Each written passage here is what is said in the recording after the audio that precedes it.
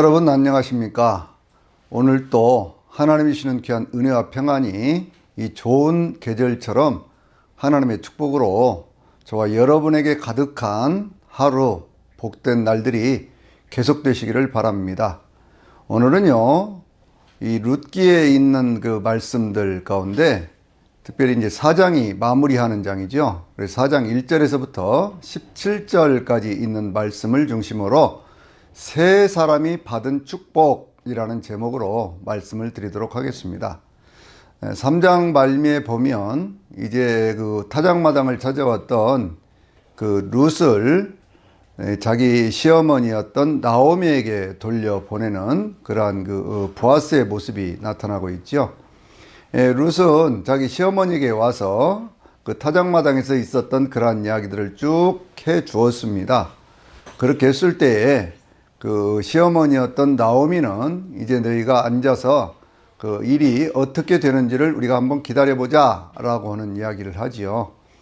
이제 이 보아스가 그 모든 행동들을 고엘, 곧 기업물을 짜, 그 집안을 다시 일으킬 자의 의무를 그리고 권리를 행사하는 그러한 내용들이 오늘 본문에 있는 그런 말씀의 내용이고요.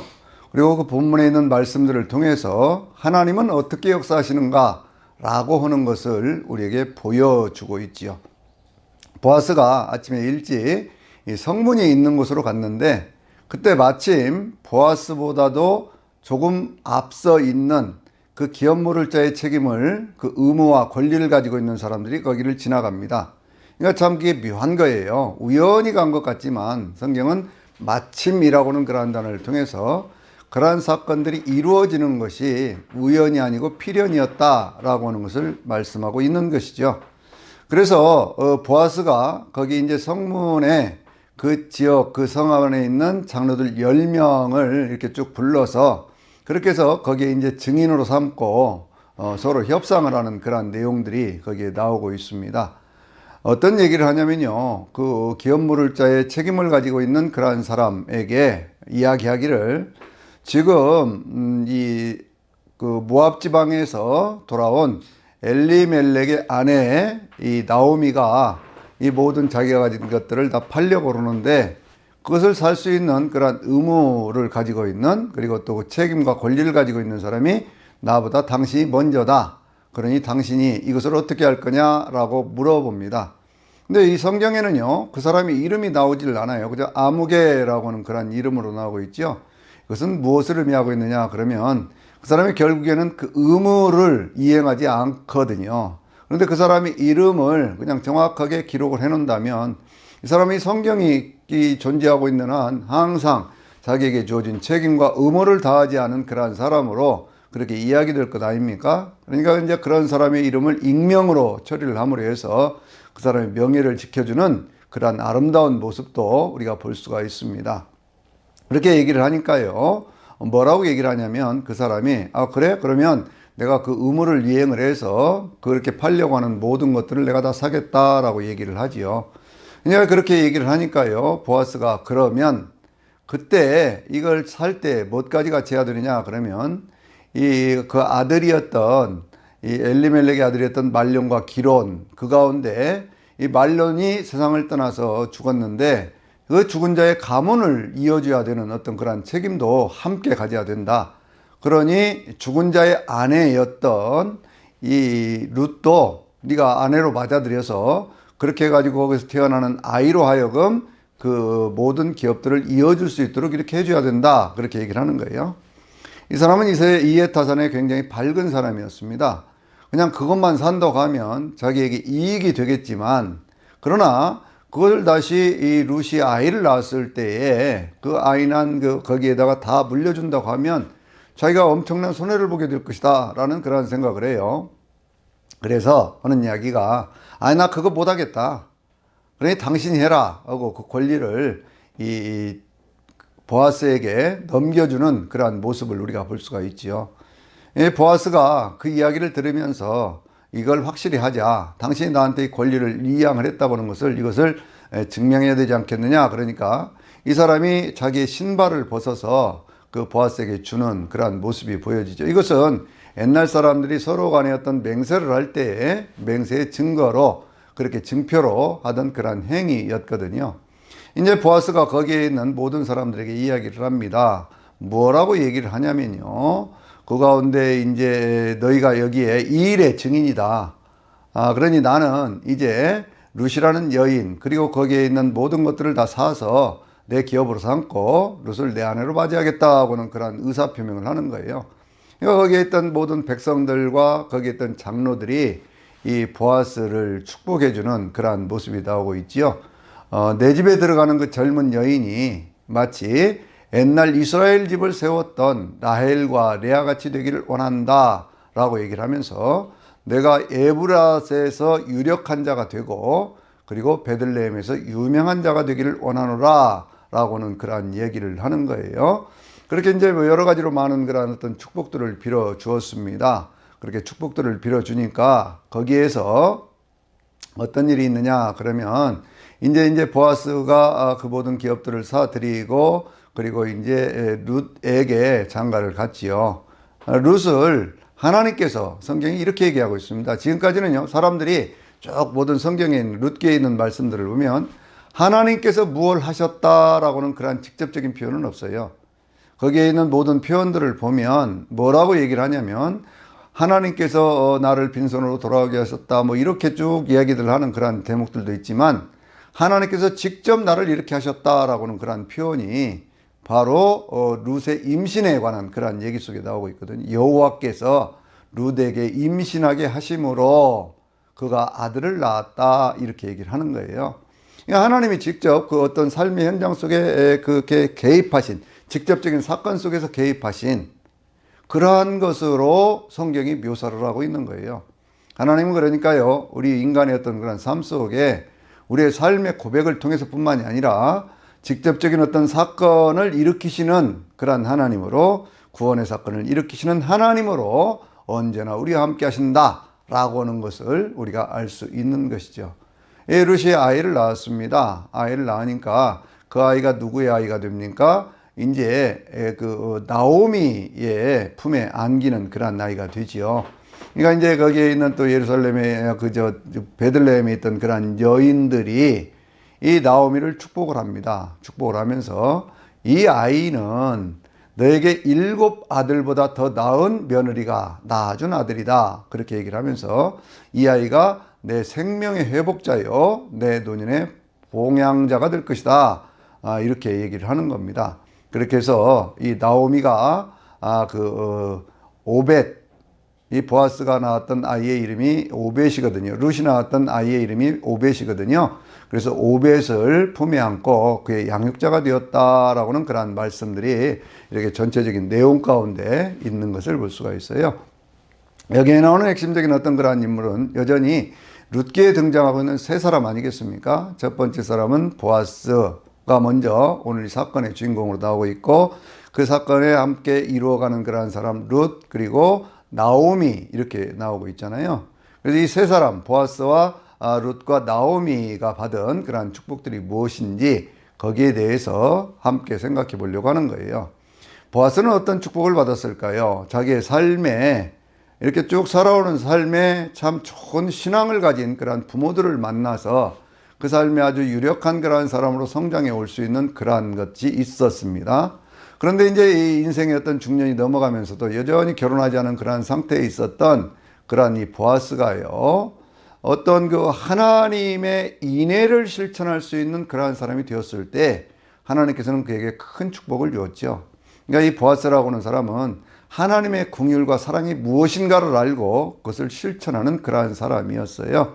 그것은 무슨 얘기냐? 이 보아스는요, 거기에 이제 흉년 때에 그 흉년의 자기 자식들 때문에 그렇게 해서 모압 땅으로 이주해 갔던 그러한 엘리멜렉의 집안, 그 집안의 형편들을 다 알고 있었고, 그리고 돌아왔던 나오미와 그리고 룻의 이야기들을 다 알고 있었지요.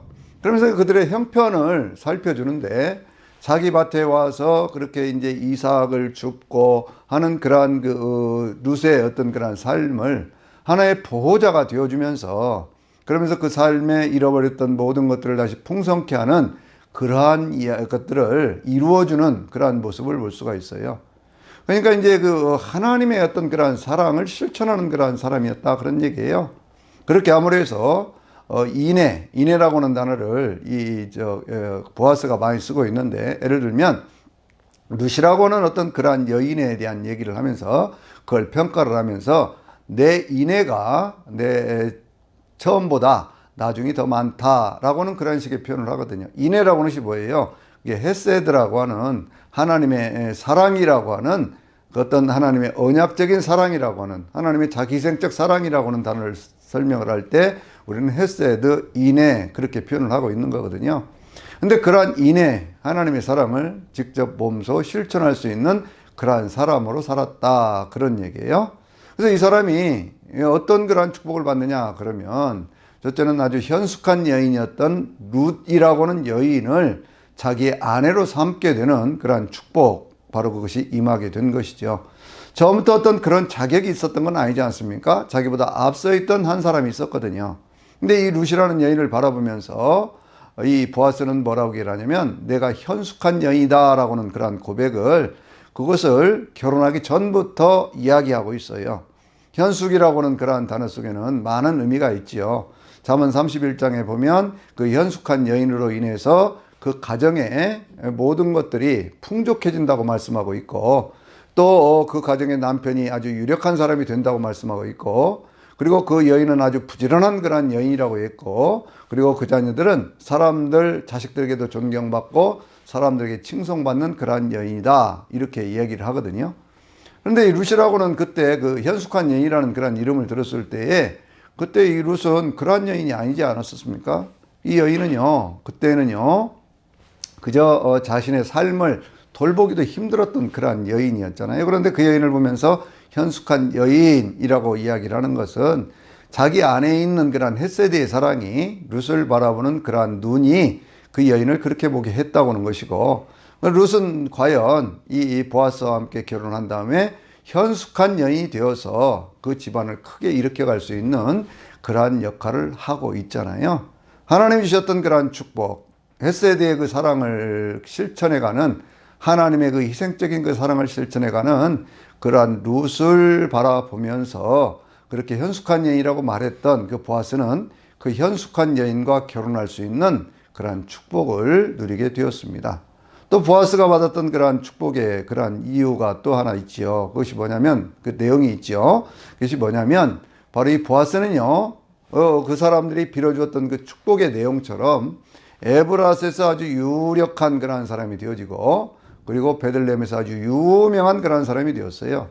원래 이 보아스라고 하는 사람은 그 지방에 아주 유력한 사람이었다 그랬지만, 이 룻과 함께 결혼을 하면서 훨씬 더 그 집안이 더 부유해지고, 그리고 그 집안의 그 모든 것들이 더 유명해지는 그러한 은혜를 하나님께로 입었다 그런 얘기죠.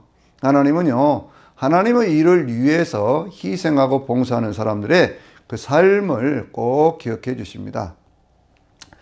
우리 교단에 속해 있는, 우리 가까이 있는 그러한 동료 또 후배인 그러한 목사님 가운데요, 태국에 선교사로 가 있는 이재광 목사님이라는 분이 계셔요.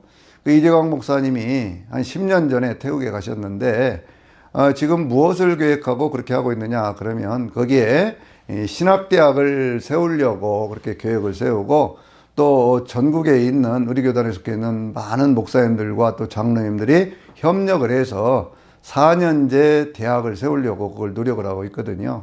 근데 생각해 보면 이재광 목사님도 나이가 이제 50대 후반이거든요. 그러면 거기에서 뭐 선교사로 가서 그렇게 여러 가지 어떤 그런 큰 일을 시작을 하고 그것을 계획하고 그것을 추진해 가는데 얼마나 힘이 많이 들겠습니까? 그럼에도 불구하고 그것이 자신의 희생을 통해서 그 적어도 그 인도 차이나 반도의 그 중심에 있는 태국 지역이 이렇게 복음화되는 그 일에 쓰임을 받고, 그리고 거기에서 나온 많은 사람들이 주변에 있는 나라들의 선한 영향력을 미쳐서 그것이 복음화가 된다면 자기가 기꺼이 하나의 미랄이 되겠다라고 하는 것이거든요. 엊그제까지 제가 그 분들과 만나서, 그 사모님하고 만나서 식사를 하면서 그런 얘기를 했습니다. 지금 목사님이 하는 그러한 일들 때문에 가장 힘들 것은 아마 사모님이실 겁니다. 그러나 이 일이 하나님께서 주시는 그러한 축복이고, 하나님께서 계획하신 일이라면 이 일은 반드시 이루어질 것이고, 그 속에서 하나님의 미랄이 되어서 그렇게 했을 때 참 성경에 나오는 이 보아스와 같은 그러한 위대한 그러한 이름을 그렇게 남기게 될 것입니다. 그러니 사모님, 힘을 내서 용기를 가지고 우리가 함께 이 일을 해갑시다 라고는 그러한 말씀을 드렸어요. 하나님 반드시요, 하나님의 일을 정말 진실되게 자기 희생을 통해서 이루어 가려고 하는 그러한 사람들에게는요, 반드시 유력하게 하시고 또 그 이름이 유명하게 만들어주시는, 특별히 이 세상뿐만 아니라 하늘의 생명책에 또 행위록에 기록을 하셔서 거기에 대한 보상을 해주신다 라고 하는 것을 믿으시기를 바랍니다. 이 보아스가 받았던 세 번째 축복 하나가 또 있지요. 그것이 뭐냐면 바로 다윗이라고 하는 위대한 이스라엘 민족들이 가장 숭앙하고 추앙하는 그러한 다윗 왕의 아버지가 되었다라고 하는 것이거든요. 그러니까 하나님께서는요, 이 보아스가 하나님 앞에 했던 그런 헌신과 봉사와 사랑의 실천을 통해서 하나님께서는 그 보아스에게 가장 값진 그러한 선물들을 그렇게 허락하여 주셨다라고 하는 것이죠. 나오미는 어떤 복을 받았을까요? 나오미는요, 처음에 인생을 이렇게 살아가면서 참 풍족한 데서부터 시작을 했지 않습니까? 근데 그 풍족한 데에서부터 시작을 했지만 그 풍족함이 결혼을 하고 또 아이들을 낳으면서 그 풍족함을 점차 잃어버리는 쪽으로 그렇게 갔지요. 그래서 그는 그 세상에 살면서 참 그 뭐라고 얘기를 할까요? 모압 땅으로 이주를 해가면서 거기 자리 잡고 좀 잠깐 살다가 오려고 그랬는데 남편이 세상을 떠나고 또 자식들 둘 다 세상을 떠나고 그래서 아주 인생이 고단하고 힘든 인생으로 바뀌어 버렸습니다. 그런데 그렇게 힘든 인생으로 바뀌었던 그 나오미가 그냥 고향 땅에 돌아와 가지고 이제 오늘 이 4장에 있는 그런 말씀들을 보면 오늘 본문에 오벳을 품에 안았을 때 그 사람들이 이렇게 얘기를 하지 않습니까? 그 당신에게 7 아들보다 더 나은 며느리가 낳아준 이 아들 오벳, 이 오벳을 통해서 당신의 생명이 회복되었습니다 라고 얘기를 하고 있고, 이 사람이 바로 당신의 노년의 봉양자가 되어줄 것입니다 라고 축복하고 있잖아요. 그러니까 이 생명의 회복자라고 하는 그 의미는요, 정말 참 우리의 마음을 찡하게 하는 그러한 말씀이에요. 그건 뭐냐면 살아온 인생에 죽음과 같은 그런 고통 속에 살았다 그 얘기지요.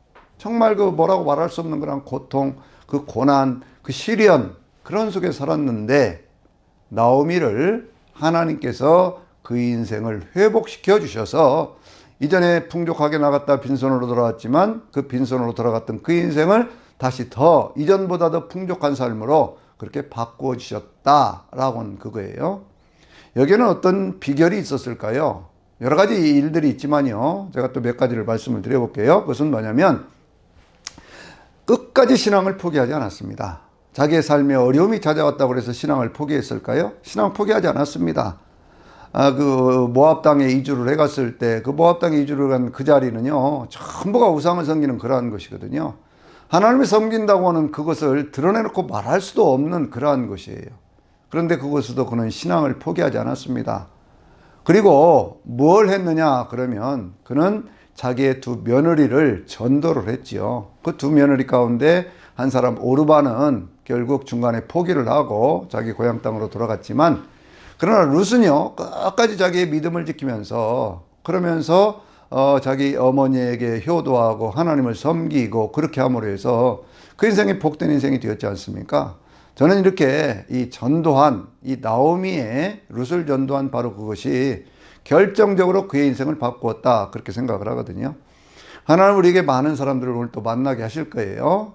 그런데 우리가 생각해 보면 내 평생에 나 때문에 예수님을 믿고 하나님을 섬기는 사람이 몇이나 될까 한번 우리가 생각해 볼 수 있는 것이죠. 그런데 그 가운데 단 한 사람이라도 이 세상을 살아가는 동안에 나 때문에 예수 믿은 사람이 있고 나 때문에 구원을 받고 나 때문에 하나님의 백성이 된 사람이 있다면 그것으로 저나 여러분의 인생은 성공한 인생이에요. 왜냐하면 주님께서 말씀을 하시기를 뭐라고 하셨어요? 한 영혼이 천하보다 더 귀하다 그렇게 말씀을 하셨잖아요. 나오미 인생의 최대의 성공의 비결은 뭐냐? 그것은 인생의 어떤 힘들고 고단한 어떤 그런 상황 속에서도 절대로 신앙 포기하지 않았고, 그리고 자기의 며느리 하나를 전도를 제대로 했는데 그 한 사람을 전도한 것 때문에 그 한 사람 때문에 역사가 바뀌게 되더라, 그런 얘기예요. 하나님이 어떤 일을 어떻게 이루어 가실지는 아무도 모릅니다. 그러나 가장 중요한 것은 오늘 내가 살아있으면서 예수를 믿는다고는 이것 때문에 주변에 있는 단 한 사람, 그 한 사람에게 하나님의 복음을 전하고 그 사람으로 예수 믿게 하고 그 사람으로 천국 백성 되게 했다면, 또 그렇게 하는 일을 힘쓰고 있다면 그것으로 인생의 성공자가 되는 겁니다. 이것을 우리는 꼭 깊이 그렇게 기억을 해야 될 필요가 있어요. 그리고 또 실천해야 됩니다. 세 번째로 이 나오미가 그렇게 복된 인생으로 바꿔진 그 이유는 무엇이냐 그러면요, 나오미는 자기의 어떤 유익을 구하지 않았어요. 이 룻기에 나오는 모든 사람들의 어떤 그런 특징이 뭐냐면 하나님의 그 인애를 자기들의 삶 속에서 실천한다는 거예요. 하나님의 그 희생적인 그 사랑을, 그것을 실천한다는 거예요. 나오미 보십시오. 룻과 함께 그 고향 땅에 돌아왔으니 룻이 없으면 그 노년의 삶이 굉장히 고단할 거예요. 힘들고 어려울 겁니다. 외로울 거예요. 룻이라도 있어서 옆에 와서 자꾸 이야기라도 좀 해주고, 그리고 이 곡식이라도 좀 주워다가, 이렇게 이삭이라도 주워다가, 그렇게 해서 자기를 봉양해 주니까 그래도 근근히 생활은 할 수 있잖아요. 근데 만약에 이 룻이 이 재가를 하고 시집을 가서 그렇게 해서 자기 신랑하고 같이 살아버린다면 그러면 자기 인생은 더 곤고해질 거예요.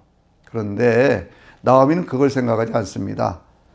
나오미는요, 자기 며느리를 자기 딸같이 생각을 하면서 나도 과부가 되어가지고 그렇게 해서 외롭고 힘든데 너는 젊은 아이가 얼마나 힘들겠느냐라고 생각을 하면서 나오미가 그런 얘기를 하지 않습니까? 3장에 있는 1절에 있는 말씀을 보면은요, 내가 너희 안식할 곳을 찾아주어서 너로 복되게 해야 되지 않겠느냐라고 얘기를 하면서 이 룻으로 하여금 보아스와 함께 재혼할 수 있는 그러한 길을 열어주거든요. 그런데 그렇게 했던 바로 그 일이 바로 그의 인생 가운데 잃어버렸던 모든 것들을 다시 회복하게 하고, 그러면서 생명의 회복자인 오벳을 품에 안는 그러한 은혜의, 은총의 주인공이 되었다, 그 얘기예요. 그러니까 우리가 늘 살아가면서 삶이 어떤 고단할 때 이렇게 고단하게 사는데 하나님은 과연 나를 어떻게 도와주실까라고는, 하나님이 어디 계시냐라고는 그러한 그 속에서 간절한 어떤 그러한 것들도 있을 수가 있지요. 그러나 하나님은 여전히 우리와 함께하고 계시고 그 하나님은 우리의 삶의 선택이 무엇인가를 보고 계셔요. 그래서 하나님을 떠나지 않고 그 한 사람에서 그 외롭고 고단한 중에 그 며느리를 전도했다고 하는 거, 그 얼마나 참 귀한 일입니까? 그리고 그 며느리가 잘 될 수 있도록 하기 위해서 자기 희생을 감내하려고 하는 그런 나오미를 하나님은 잃어버렸던 모든 것들을 회복하게 하시고 풍성하게 하시고 노년을 복되게 하시고 그렇게 만들어 주시더라, 그런 얘기죠. 룻은 어떤 복을 받았을까요? 룻은요, 이방 여인 아닙니까? 모압 여인이니까 하나님과 아무 상관이 없어요. 신앙생활도 하지 않던 그러한 여인인데 이 여인이 어떻게 하다 보니까 국제 결혼을 해가지고, 모압 여인 이스라엘 사람하고 결혼했으니까 국제 결혼 아닙니까? 그래갖고 그렇게 결혼해서 왔는데, 결혼해서 와서 보니까 그 집안은 하나님을 섬기는 그러한 집안이에요. 그 하나님을 통해, 그 하나님을 믿는 그 신앙, 그것을 자기 시어머니를 통해서 이렇게 받게 되었지요. 그래서 이제 시어머니가 고향 땅으로 돌아가면서, 야, 이제 돌아가라, 너희들도. 내가 이렇게 혼자서 이렇게 돌아가는 게 낫지. 청산가부된 너희들 데리고 이렇게 가면 어떻게 하겠느냐 그래가지고 거기서 오르반은 돌아갔지 않습니까? 그런데 룻은 이 1장 14절에 있는 말씀에 아주 귀중한 그런 신앙 고백을 하고 있잖아요. 어머니의 백성이 내 백성이 되고 어머니 하나님이 나의 하나님이 되실 것입니다. 나의 하나님이십니다. 그러니 어머니 가시는 곳마다 나는 같이 갈 것이고, 그리고 어머니가 섬기는 하나님 내가 평생 섬길 것이며, 어머니가 죽는 일 외에 내가 어머니를 떠난다고 하면 하나님께 나에게 벌을 주실 것입니다 라고 얘기를 하면서 자기 어머니가 딱 붙어가지고 그 신앙을 지키는 그러한 모습을 볼 수가 있어요. 여러분들, 바로 이것이 룻의 인생을 바꾸어 준 거죠. 처음 남편 만나서 그냥 그 남편 일찍 세상 떠난 때문에 얼마나 외롭고 고단했겠습니까? 그런데도 그랬으니까 나는 하나님을 떠난다가 아니라, 그럼에도 불구하고 나는 한 번 믿은 하나님 끝까지 섬기겠다고는 그런 믿음을, 그것을 굳건히 갖게 된 거예요. 이 믿음이 그의 인생을 바꾸어 준 겁니다. 그러기만 했습니까? 그 시어머니 나오미를 얼마나 참 지극정성으로 봉양을 했습니까? 그 어머니가 참 낙심을 하고 실망을 해서 집만 있을 때 젊은 나라도 나가서 일을 해갖고 먹고 살아야지 하는 그런 생각으로 이삭을 주우러 갔는데 거기서 마침 보아스를 만나지 않습니까?